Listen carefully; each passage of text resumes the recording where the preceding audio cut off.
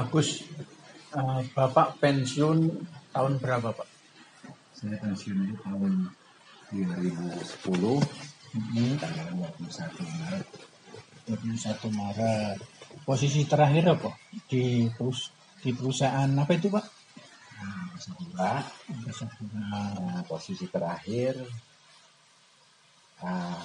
sebagai karyawan biasa.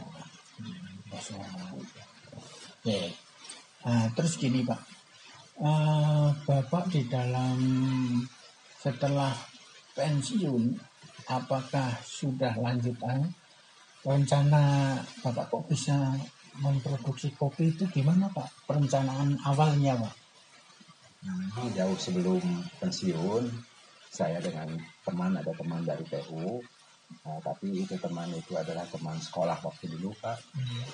Jadi senang bisnis kecil-kecilan lah gitu Pak. Nah itu saya nyangkut di kebun kopi, lihat potensi di sana kelihatannya ada, maka saya mencoba. Setelah saya masuk ke tentang kopi ini, sebenarnya kopi itu ada lahannya yang disediakan pemerintah. Siapa saja se-Indonesia boleh ngambil selagi lahan itu ada. Nah, terus bibitnya juga dikasih. Nah, juga dikasih penyuluhan. Tapi saya bukan petani asli, artinya tidak mengambil jalan itu. Saya ngambil seolah-olah beli itu. Jadi yang dibeli itu hanya batang-batang kopinya saja. Sedangkan lahannya yang sudah ada di situ. Nah, jadi waktu itu saya beli sekitar 2.000 pohon awalnya, atau luas lahan itu berarti dari 2.000 itu 1 hektar. Itu relatif masih kecil. Selama itu sampai berbuah, saya dengan teman saya tadi dirawat. Merawatnya juga nggak sulit karena setahun itu 2 kali. 2 kali itu artinya yang dicangkulin sama dipas pupuk. Kalau hari-hari ke sana datang secara kontinu itu seminggu 2 kali. Hanya main-main aja sambil nyanyi-nyanyi. Pada tahun kedua, ini lagi diskusi sama Bapak. Ganggu. Terima kasih Bu. Pak, nggak makan? Udah. Bener. Udah makan bakso tadi di depan itu. Makan nasi aja lah di sini. Udah terima yang udah kenyang Bu. Gampang nanti. Tuh, pakai bakso dulu. Hujan deras. Sini. Hujan deras Bu tadi. Begitu turun dari Grab langsung carikan warung, taruh di warung situ udah. Terus banget Bu. Udah di sini jangan cari warung. Iya Bu, terima kasih. Insya Allah kalau di sini mah nasi putih aja ada. Siap, terima kasih. Iya Bu. Silakan Pak. Iya Bu. Oke.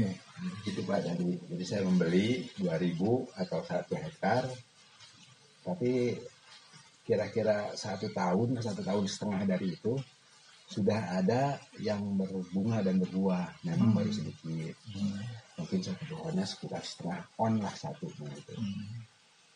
Nah berjalan waktu berikutnya itu yang 1 pohon itu kira-kira sampai 1,5 kilo atau 2 kilo Hasilnya. Itu, tapi kita nggak bisa mengukur atas semuanya segitu. Katakanlah berapa persennya gitu. Tapi kalau rata-rata dari 2 kilo ambil 50%-nya aja udah 2 ton Pak. Iya. 2 ton. Nah prosesnya dipetik, kita upah yang ngetik. Waktu itu masih 500 kilo, 500 rupiah. Kita kumpulkan. Nah, terus baik kita proses sendiri ataupun dijual begitu udah bisa Pak. Udah bisa. Jualnya kemana? Banyak sekali orang yang datang untuk membeli. Ya. Tapi saya macam-macam, ada yang diproses sendiri, kadang-kadang ada yang dijual langsung. Itu gimana moodnya aja lah. Karena waktu itu masih kerja Pak.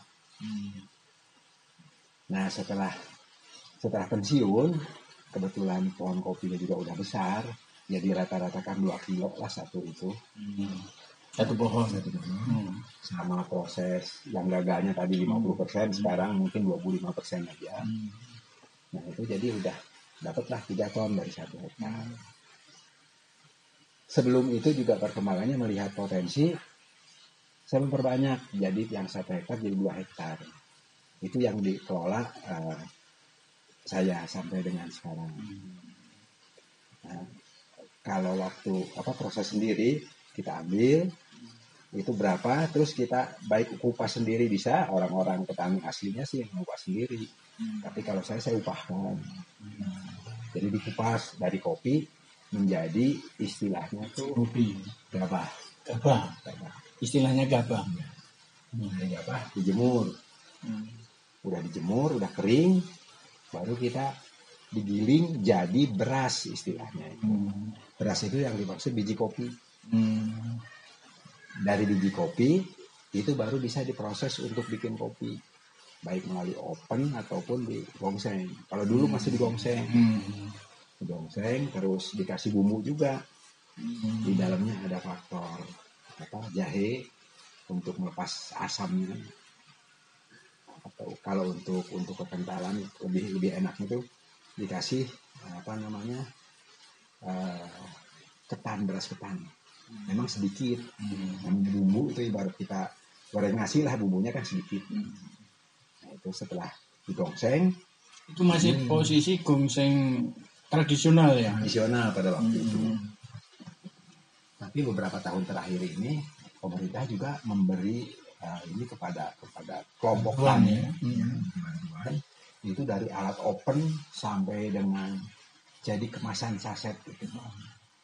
Oh, udah ada alatnya ya.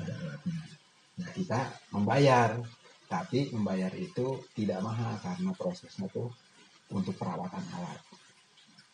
Nah, jadi si petani di sana siapapun itu bisa nanam, panennya nggak usah bawa kopinya, langsung bawa bungkusannya bisa, kira-kira begitu.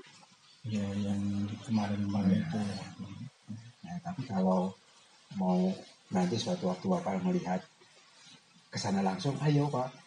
Misalnya janjian lah minggu depan atau Sabtu depan, kita pagi-pagi ke sana kita lihat.